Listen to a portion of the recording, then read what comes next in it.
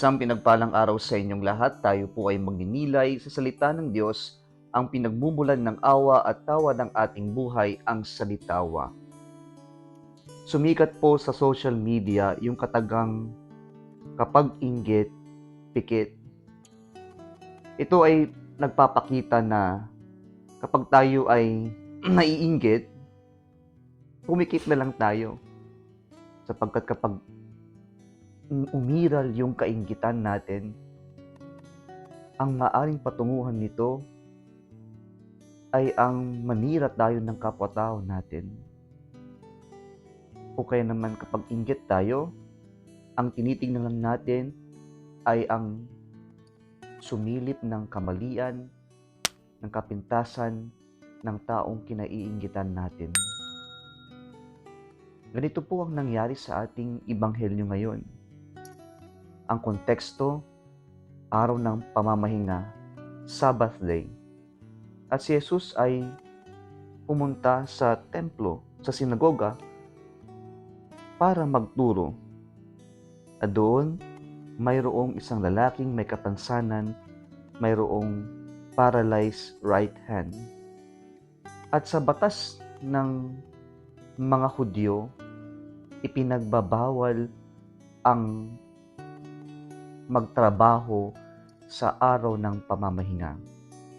Kaya po ayon sa ating ebanghelyo ngayon, pinagmasdan ng mga Pariseyo kung magpapagaling si Jesus sa araw ng pamamahinga.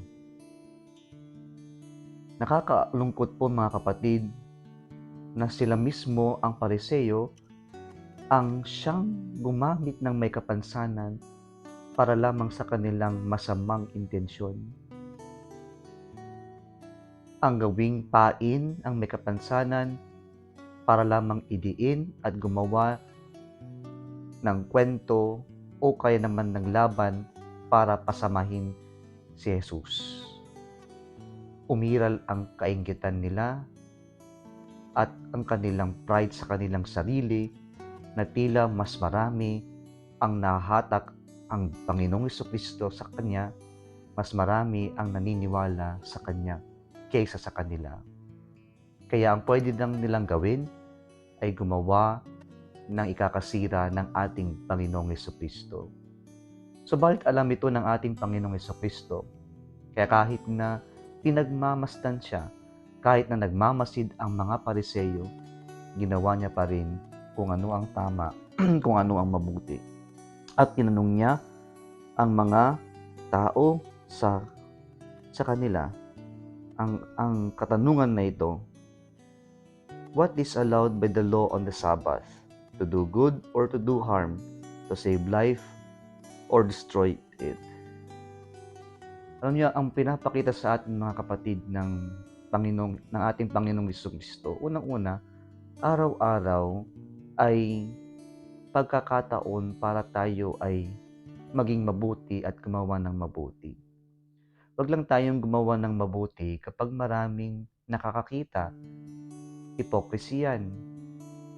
O kaya naman tayo ay gagawa ng mabuti sa mga panahon na gusto natin ang mga mata ng tao sa atin na tayo ay maging mabuti, na gumagawa ng mabuti at mabuti. Gaya ng kapag election lamang, saka lang tayo magpaparamdam. Pero araw-araw mga kapatid, ay pagkakataon para tayo ay gumawa ng mabuti. Alam niyo, wag nating i-schedule ang paggawa ng mabuti. Sa kapag dumating yung pagkakataon at nariyan na, gawin natin kung ano ang tama, kung ano ang mabuti. Araw-araw ay pagkakataon para maging mabuti at gumawa ng mabuti. Pangalawa mga kapatid ay wag nating pairalin ang inggit at ang pride natin. Sapagkat kapag ito yung pinairal natin, iba ang magiging focus natin sa ating kapwa-tao. Puro yung negatibo o yung masama lamang ang ating makikita. Subukan din nating i-focus yung ating mga paningin sa kung ano ang maganda, mabuti sa ating kapwa. Baka kasi kadalasan, doon lang tayo sa pangit at kapintas-pintas ang ating tinitingnan. tanungin natin ang ating sarili. Baka naman pride at inggit lang ang umiiral sa atin, kaya puro negative at pangit o kapintas-pintas ang pinagmamasdan natin sa ating kapwa-tao.